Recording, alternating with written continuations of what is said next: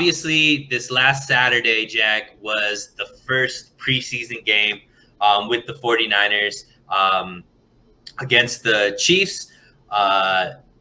Once again, the Chiefs unfortunately won the game, but nobody cares about the score when it comes to these preseason games. It's all about the players on the field. So just at kind of like maybe an overall first glimpse, what were some of your takeaways from this preseason game with the team? It's been a while since we saw preseason, right? We didn't have preseason last year, so this is the first time since 2019 that there was a preseason game. My first takeaway from it is I don't think we missed anything by not having a preseason last year. And the only reason I say that is because when you look at the list of the guys from the 49ers that weren't playing in this game, it was all the starters really on offense. You didn't have Juszczyk, you didn't have Mostert, there was no Kittle, no Trent Williams, no Alex Mack. And then you look at the defensive side, and that whole side on the defense was pretty much backups except for Dre Greenlaw and Tavon Wilson. I think was the only one that was back there because the entire front was missing, and the whole secondary was missing other than Wilson, like I said. So yeah, it was definitely kind of a little bit of a scrappy team, but it wasn't a bad game. I thought they held up pretty well. There was definitely some things to be impressed with, and some good things for them to work on moving forward. I thought the rookies held up well. Even the guys that were the backup offensive linemen that were replacing Williams and Mack, I thought Brendel and Jalen Moore held up well, in the beginning of the game when they had the veterans alongside of them. So overall, like my main takeaway was that I think there's a lot of room for improvement. That's really going to be the focus that I have looking into next week, coming up on Saturday, right? It's Saturday against Los Angeles. Is it Saturday or Sunday? Sunday. Yeah, I think it's Sunday. It's Sunday. But I mean, overall, it was interesting that it was pretty much the backups, and but they were going up against first team Kansas City, right? Kansas City didn't hold out too many plays.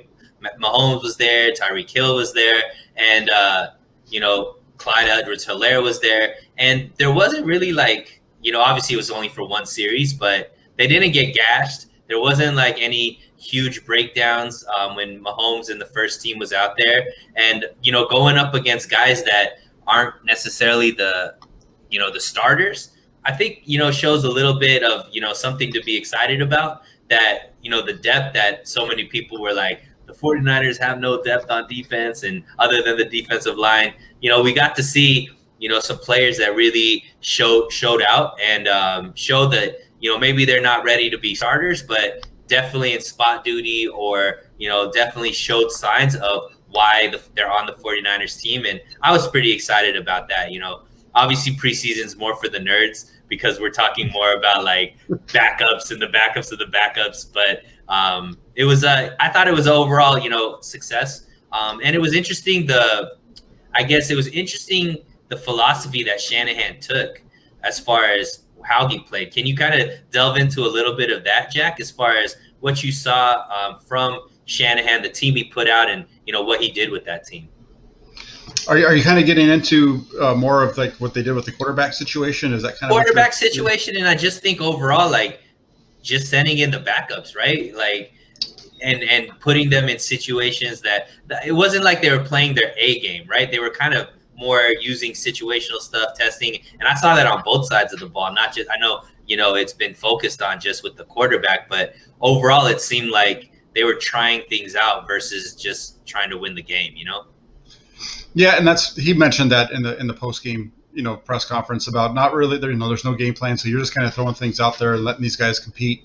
I do find it interesting though, when you talk about the quarterbacks. I understand what he was doing there with Lance. He knows that Lance can run. Everybody on the team knows that Lance can run the ball. And so he wanted to put him in situations where he could see him grow. And so that's, I think, the direction that he went there. But it's interesting, too, when you look at what he did with Garoppolo, because he really played to Garoppolo's strengths, right? Mm-hmm. Quick little play action throw, little drag route, little things like that. Lance, he threw the ball 4 times, the one that was called back, but he threw the ball 4 times and the ball hit a total air yards of 5. past the line of scrimmage in the game. So his longest throw of the game was the first one that he threw, and that went 4 yards past the line of scrimmage. After that, it was I think it was 2 yards, 1 yard, minus 1 yard, 1 yard, something like that. So yeah, it was pretty much what Jimmy Garoppolo does, and even really with Trey Lance, that's kind of what you're going to see out of Trey Lance. That's what we've been seeing from these guys in practice. One guy dink and duck, the other guy goes down the field. So that was, I think, going back to your original question as far as like the overall takeaways, I think that was one of them. Is it was nice to finally get to have Lance on the field, so everybody could see what's been talked about. You keep getting arguments with people who are saying this guy and that guy, but once you put together, you can really see the differences between the two. Yeah. And I mean, we're going to do more in-depth analysis of Trey Lance later, but I do want, before we move on to the next question, can you give us kind of maybe a little bit of an analysis of Jimmy Garoppolo, what you saw? Obviously, we haven't seen Garoppolo play in quite a while because he went down in injuries very early in last season and, sat out the whole season. So him coming back, and although, the fan base kind of is, torn, or there's people that are very much so want Trey to start, very much so want Jimmy Garoppolo to start. There is a very real possibility that Jimmy Garoppolo is the week 1 starter. So can you talk about what you saw out of his game? Did he look healthy to you? And, what are your overall takeaways about Jimmy Garoppolo's game, even though, it was only a series and a half type of situation? Yeah, it was just, I think he played 6 plays, maybe 7. Mm-hmm. But he looked healthy. He's looked healthy all offseason, throughout training camp. He looked healthy on Saturday night. You saw him move well on the play action where he's rolling out on the couple, because I think they did that twice with him. And he looked fine doing it. He's a guy that he looked good. He looked like Jimmy Garoppolo. I think that's the thing, right? That he's going to be able to hit those underneath routes. Once they got to 3rd and 15, he had that short throw to the middle to Ayuk that Ayuk took for a first down, but it gets called back on a pass interference on Warner. So that one coming back, you knew at that point that the drive was pretty much over because it was 3rd and 15, and that doesn't play into what Garoppolo does. So you kind of knew that it was what was coming. Drop back, dump off, and a tackle on Sermon for, I think it was 11. But he looked fine. It'll be telling to see what happens moving forward here this next game against San Diego, or I almost said San Diego again. I tweeted that out yesterday. Holy moly. But against the Chargers, because he's going to play more. He's going to play probably the whole first quarter, I think, is what they've said, and maybe even a little bit more than that. So we're going to see more of what he brings to the table. We kind of know what he does, but is he that same guy? Is he going to be willing to maybe push the ball down the field a little bit more and things like that?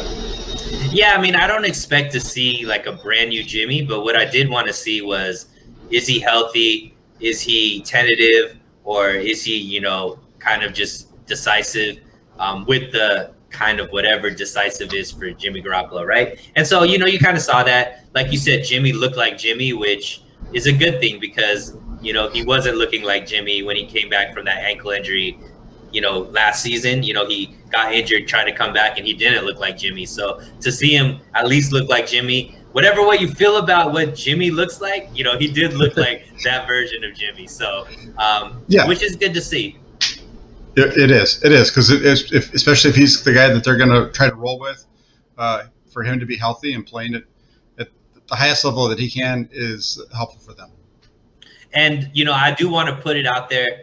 I'm one of the biggest Jimmy Stan troll on Twitter right now. If you want to see proof, go to my Twitter. There's a lot of action going on there when it comes to talking about, Jimmy Garoppolo and Trey Lance. However, the one thing that I admire about Jimmy Garoppolo, and nobody could take it away from him, is the way that he's carrying himself through this battle. I mean, we saw the way he was cheering on Trey Lance when Trey was, through his touchdown, got the 80-yard touchdown to Sherfield and whatnot. I think that's amazing. One of the fears that we had, Jack, when we were talking about whether or not Jimmy should get traded was dividing up the locker room. And to see these two get along so well, I think is going to take a lot of strides and open the door for Trey to actually get that starting job without it creating a lot of drama on the team because of the way Jimmy Garoppolo is carrying himself. And I admire him for that because he's in a very tough situation and he's coming out showing the caliber of person he is which I think is, pretty remarkable. You don't see that from people that have, made it to the Super Bowl the way he did, and, makes the kind of money that he makes. He's not pouting. He's not forcing himself out. He's actually cheering on his competition, which I think is pretty great.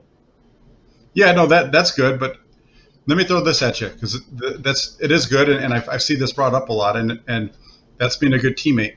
At the same time, that's going to make it harder for Shanahan to pull him out, because all of his teammates are seeing him being a good guy, and he's cheering this kid on, and the only way that he's going to lose is that, I foresee that whole thing become, if Shanahan just pulls him out without him being hurt or having just a gosh awful game, then that's where that whole split in the locker room piece comes about. Is at this point he's playing the good guy, and he's going to make it so that Kyle Shanahan's the bad guy.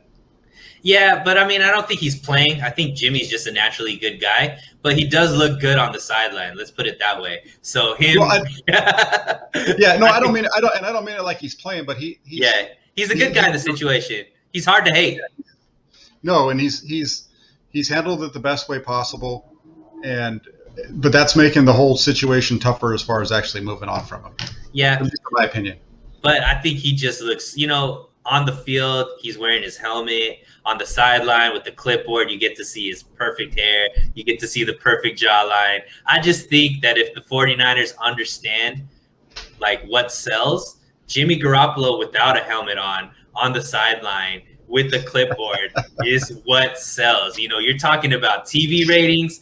That sells, my friend. So that's, I think, the way that they should pitch it, is Jimmy Garoppolo on the sideline without a helmet actually does more for the 49er brand than him on the field with the helmet. Right.